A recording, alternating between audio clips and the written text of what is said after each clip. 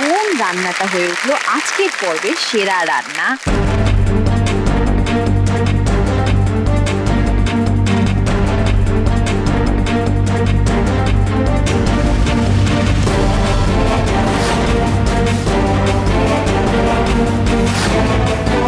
Final জাজমেন্টের সময় কিন্তু এসে গেছে। সুচরিতা দি, তোমার কি মনে হয় কোন রান্নাটা বেটার হবে? আমি আসলে মাছ খেতে খুব একটা পছন্দ করি না, মাংসটা ভালোবাসি। তার মানে তোমার সাপোর্ট শ্বশুরবাড়ি তো, শ্বশুরবাড়িকে সাপোর্ট তো করতেই হবে আমাকে, খাওয়া পড়ার দায়িত্ব নিয়ে আছে না তারা। বেশ, কিন্তু আমরা টেস্ট করব। তার আগে রাখিদির থেকে জানতে চাইবো তুমি এটা কি রান্না করেছো? চিকেন ধুন্দুমা। চিকেন দুমদুমা। আর এরকম নাম কেন? এটা আসলে শেষে আর কি একটু কাঠকয়লা দিয়ে ওটা একটু ধোঁয়া ইয়ে করে আচ্ছা, স্মোকি বানানো হয়েছে, ওই জন্য এটা ধুন্দুমা। এটা তুমি কি করে বানালে? প্রথমে আমি এটা 500 গ্রাম চিকেন নিয়ে ভালো করে ধুয়ে পরিষ্কার করে নিয়ে 3 টেবিল স্পুন টক দই, 2 টেবিল স্পুন শুকনো লঙ্কা গুঁড়ো, 2 টেবিল স্পুন হলুদ গুঁড়ো আর 2 টেবিল স্পুন সর্ষের তেল দিয়ে ম্যারিনেট করতে হবে। এবার একটি প্যানে 8 টেবিল স্পুন সর্ষের তেল গরম করে 2টো তেজপাতা, 4টে শুকনো লঙ্কা, 3-4টে এলাচ, 8টা লবঙ্গ, 2টো দারচিনির স্টিক ফোড়ন দিতে হবে। ফোড়নের গন্ধ বেরোলে 2টি বড় পেঁয়াজ কুচি করে কেটে প্যানে দিয়ে ভালো করে ভাজতে হবে। পেঁয়াজের রং বাদামি হয়ে এলে ম্যারিনেট করা চিকেনগুলো দিয়ে ভালো করে নাড়াচাড়া করে তাতে স্বাদ মতো নুন দিয়ে কষাতে হবে। এরপর প্যানে 1 কাপ গরম জল দিয়ে ধিমে আঁচে মাংস সেদ্ধ হওয়া অবধি ঢাকা দিয়ে রাখতে হবে। এবার অন্য একটি প্যানে 2 টেবিল স্পুন সর্ষের তেল গরম করে তাতে 2 টেবিল স্পুন আদা রসুন বাটা, 2 টেবিল স্পুন লঙ্কা বাটা, 2 টেবিল স্পুন জিরে গুঁড়ো আর হাফ টিস্পুন চিনি দিয়ে কিছুক্ষণ কষাতে হবে। মশলা কষে এলে এতে সেদ্ধ চিকেনগুলো দিয়ে ভালো করে নাড়াচাড়া করতে হবে যাতে মশলা চিকেনের গায়ে লেগে যায়। চিকেন থেকে তেল ছেড়ে আসলে হাফ টিস্পুন গরম মশলা ছড়িয়ে গ্যাস বন্ধ করে দিতে হবে। এবার চিকেনের টুকরোগুলোর মাঝখানে ফোড়নে ব্যবহার করা 2টি তেজপাতা দিয়ে তার উপর গরম কাঠকয়লা রেখে ওপর থেকে 1 টেবিল স্পুন ঘি দিয়ে ঢাকা দিয়ে দিতে হবে। কাঠকয়লা থেকে ধোয়া ওঠা বন্ধ হলে প্যানে ঢাকনা খুলে কাঠকয়লা বের করে নিতে হবে। এরপর প্যান থেকে নামিয়ে ভাত বা লুচি বা পরোটার সাথে পরিবেশন করুন চিকেন ধুমধুমা। চিত্রাদি, তুমি বলো এবার এটা কি বানিয়েছো? এটা হচ্ছে লেবু আদা রূপচাঁদা। লেবু আদা রূপচাঁদা, বাহ। বলো এবার এটা কি করে বানালে? 2টো পমফ্রেট মাছকে 4 টুকরো করে কেটে 1 টেবিল স্পুন আদা বাটা, 1 টেবিল স্পুন কাঁচা লঙ্কা বাটা, এতে 1 টেবিল স্পুন লেবুর রস এবং স্বাদ মতো নুন দিয়ে 20 মিনিট ম্যারিনেট করে রাখতে হবে। এরপর একটি প্যানে 7 থেকে 8 টেবিল স্পুন রিফাইন্ড তেল গরম করে তাতে 4খানা বড় পেঁয়াজ সরু সরু করে কেটে বাদামি করে ভেজে নিতে হবে। পেঁয়াজ ভাজা হয়ে গেলে এতে গ্রেট করা একটি গন্ধরাজ লেবুর খোসা, 50 গ্রাম আদা বাটা, 50 গ্রাম কাজু বাটা, 4টি গন্ধরাজ লেবুর পাতা, হাফ টিস্পুন কাঁচা লঙ্কা বাটা, হাফ টিস্পুন হলুদ গুঁড়ো আর হাফ টিস্পুন লঙ্কার গুঁড়ো দিয়ে নাড়াচাড়া করে নিতে হবে। এরপর প্যান থেকে মিশ্রণটি একটি পাত্রে ঢেলে ঠান্ডা করে মিক্সিতে একটি পেস্ট বানিয়ে নিতে হবে। এবার ম্যারিনেট করা পমফ্রেট মাছগুলো 1 টেবিল স্পুন রিফাইন্ড তেল দিয়ে তাওয়াতে হালকা করে ভেজে নিতে হবে। অন্য একটি প্যানে মশলার পেস্টটি আর 1 কাপ জল দিয়ে কিছুক্ষণ কষাতে হবে। তেল ছেড়ে এলে তাতে হালকা করে ভেজে নেওয়া পমফ্রেট মাছগুলো গ্রেভির উপরে সাবধানে রেখে দিতে হবে। এবার এর উপরে সামান্য জল দিয়ে কিছুক্ষণ ঢেকে রেখে দিতে হবে। ফুটে এলে খুন্তি দিয়ে সাবধানে একটি প্লেটে মাছের টুকরোগুলো দিয়ে গোটা মাছের আকৃতি বানিয়ে নিতে হবে। এবার উপর থেকে গ্রেভি ছড়িয়ে সুন্দর করে পরিবেশন করুন লেবু আদার রূপচাঁদা। আমার একটা জানতে ইচ্ছে করছে, মানে কি আমরা পমফ্রেট মাছটাকে কি রূপচাঁদা বলি নাকি রূপচাঁদ বা রূপচাঁদা বলে অন্য কোনো মাছ আছে? না, সিলভার পমফ্রেটটাকে আমরা রূপচাঁদাই বলি। কি শেফ, আমরা ঠিক বলেছি তো? হ্যাঁ, এটা বাংলাদেশে খুবই ফেমাস, কিন্তু রূপচাঁদা ওইখানে পমফ্রা বলে কই চেনে না। আচ্ছা, বেশ, আমরা তাহলে রূপচাঁদার টেস্টিংটা দিয়েই শুরু করি।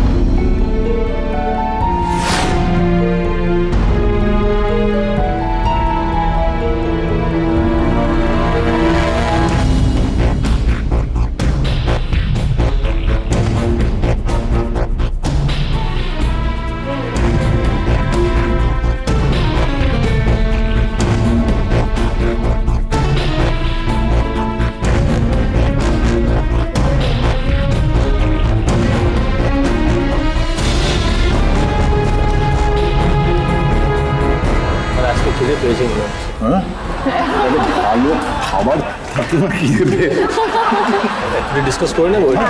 আমরা ডিসকাসটা করব একটু সাইডে গিয়ে একটু আলাদা করে।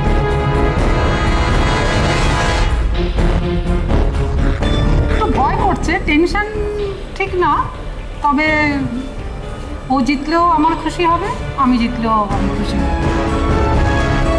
খুবই টেনশন হচ্ছে, রান্নাটা কীরকম হয়েছে ঠিক বোঝা যাচ্ছে না। যারা জাজমেন্ট করে আর কি ওনারা ঠিক করবে। ডিসিশন নেওয়া হয়ে গেছে, সেটা আমরা বলবো, কিন্তু তার আগে আমি রিকোয়েস্ট করবো সন্দীপদা এবং শিলাদা, তোমরা দুজনেই বলো দুটো যে রান্না খেলে সেটা নিয়ে যদি কিছু বলার থাকে কিছু। ভালো হয়েছিল, দুটোই রান্না খুব দারুণ হয়েছে। 19.5 এক লোক পেয়েছে, এক লোক 20 পেয়েছে, তো 0.5 ডিফারেন্স ছিল ওইখানে। ও ছাড়া একটু খারাপটা বলেছি, আপনারা যে চিকেন যে রান্না করেছিলেন ওই চিকেনটা অনেক খুব গার্নিশ করে দিয়েছিলেন। গার্নিশ কোনোদিন খাওয়ার উপরে করা যায় না, ওর উপরে একটু টমেটো ফ্লাওয়ার দিয়েছিলেন, ওইটা গরম নিচ থেকে তো ভেতর বেরোচ্ছে, ওইটা আপনার যে ফুল ছিল, টমেটো ফুল ছিল, ওকে একটু সেদ্ধ করে দিয়েছে, ওটা পুরো মরে গেল। ওটা সাইডে রেখে গার্নিশটা করে যেতে পারতেন আপনি। আর টেস্ট আপনি প্রমিস করলেন এটা স্মোক ফ্লেভার আসবে, ধোঁয়া ফ্লেভার থাকবে, সেটা ছিল, তো এটা পজিটিভ থিং। আপনি রান্না করলেন লেবু আদা রূপচাঁদা, লেবু আদা রূপচাঁদাতে লেবু ফ্লেভার ছিল, আদা ফ্লেভার ছিল না। তো যা ডমিনেট করেছে, লেবুর গন্ধটা একটু ডমিনেট করেছে ওটাই। না এটা নেই, হয় না স্যার। আপনি কিভাবে আদাকে ওর সঙ্গে মেশাচ্ছেন, প্রি ম্যারিনেশনটা কী করছেন, তারপরে আপনি যখন ওই প্যানশিয়ার করছেন, ওইটাকে নাড়াচাড়া করছেন, সেই সময় আদা কত পুড়ে যাচ্ছে।